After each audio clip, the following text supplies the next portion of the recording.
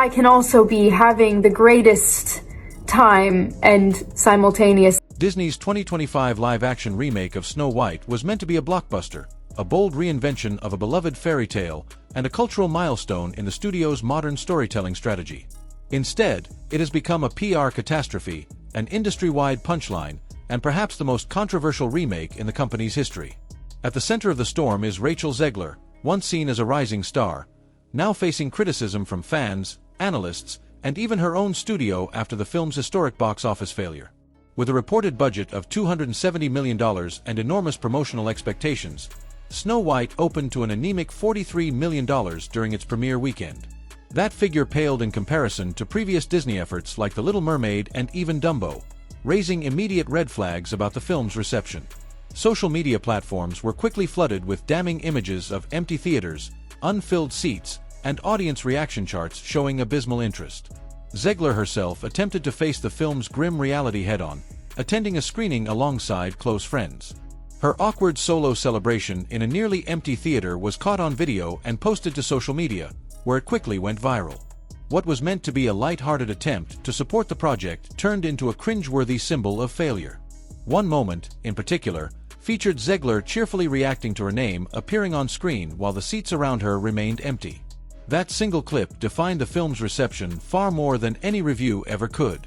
It wasn't just the visuals of empty theaters that drew attention. What everyone feared. Snow White was failing at the box office. Disney's hopes for the film were dashed. It was the resurgence of one of Zegler's previous comments that made her a meme overnight. In a pre-release interview, she optimistically said she hoped fans would line up to see her projects despite her flaws, cracks, and breaks.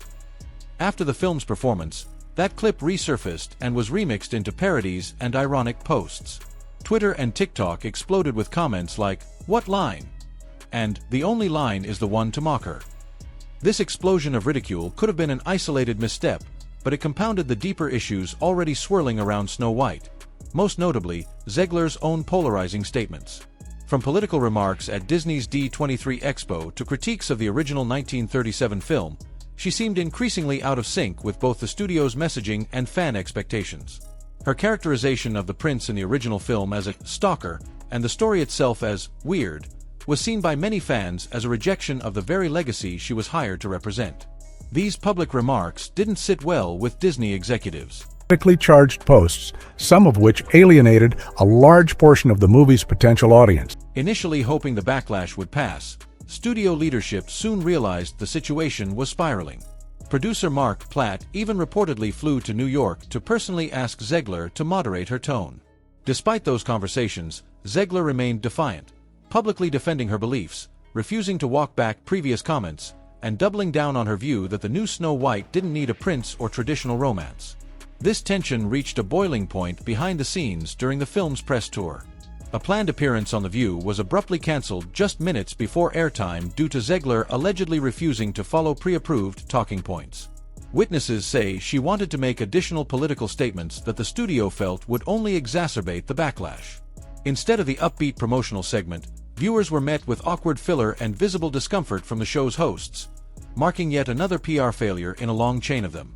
Zegler's relationship with her co-star Gal Gadot also became strained, particularly due to personal and political differences. Gadot, a former Israeli soldier and vocal supporter of her country, found herself at odds with Zegler's public statements supporting Palestine. The ideological divide between the two actresses reportedly created a tense and awkward on-set dynamic.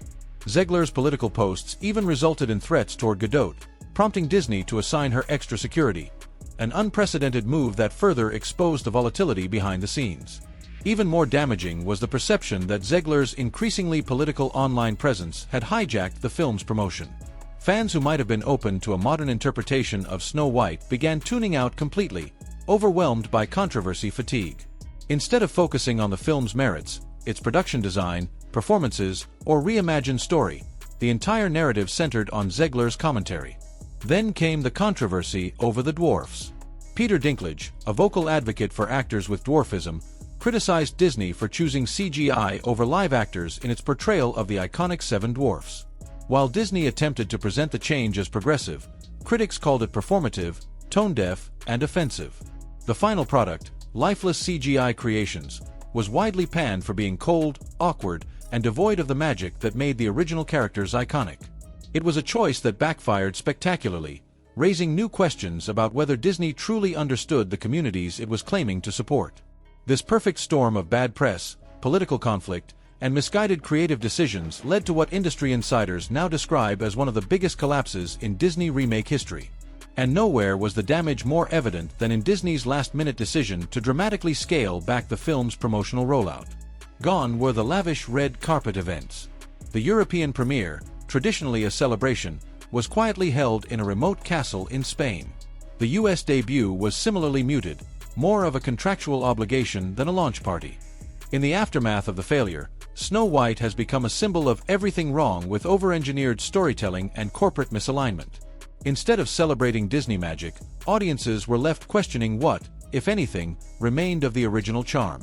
Critics lambasted the film for its narrative disjointedness, lack of emotional resonance, and shallow modernization. Zegler's defenders argue that she was simply being authentic in an environment that discourages bold opinions. But her critics, and there are many, insist that her off-screen behavior and disregard for Disney's promotional playbook actively contributed to the film's downfall. Either way, she's now synonymous with a project that will likely go down as a cautionary tale for actors, executives, and creatives alike. So what lessons can be drawn? For Disney, Snow White reveals the limits of nostalgia-driven storytelling. Audiences aren't just buying updated classics, they're expecting stories that honor the soul of the original while offering meaningful evolution. Replacing heart with message and fairy tale whimsy with awkward commentary doesn't land with fans, especially when it's delivered with corporate polish but none of the sincerity. For actors, Zegler's journey is a harsh reminder of the spotlight's dual nature. Her boldness and authenticity were initially celebrated, but when paired with poor timing, tone-deaf messaging, and an underwhelming product, it became a target. Social media can amplify your message, but it can just as easily turn that message into a meme, and not the kind you want. And for audiences, Snow White has become a case study in how quickly the magic of a franchise can fade when its core values are traded for spectacle, statements, and strategic missteps. Did Rachel Zegler bring down Snow White, or was she simply the scapegoat for a broken project? Did Disney go too far in trying to modernize a classic, or not far enough in understanding its audience? And can the studio still recover its fairy tale magic, or has the spell finally broken? Drop your thoughts in the comments below. We want to hear what you think. And if you're following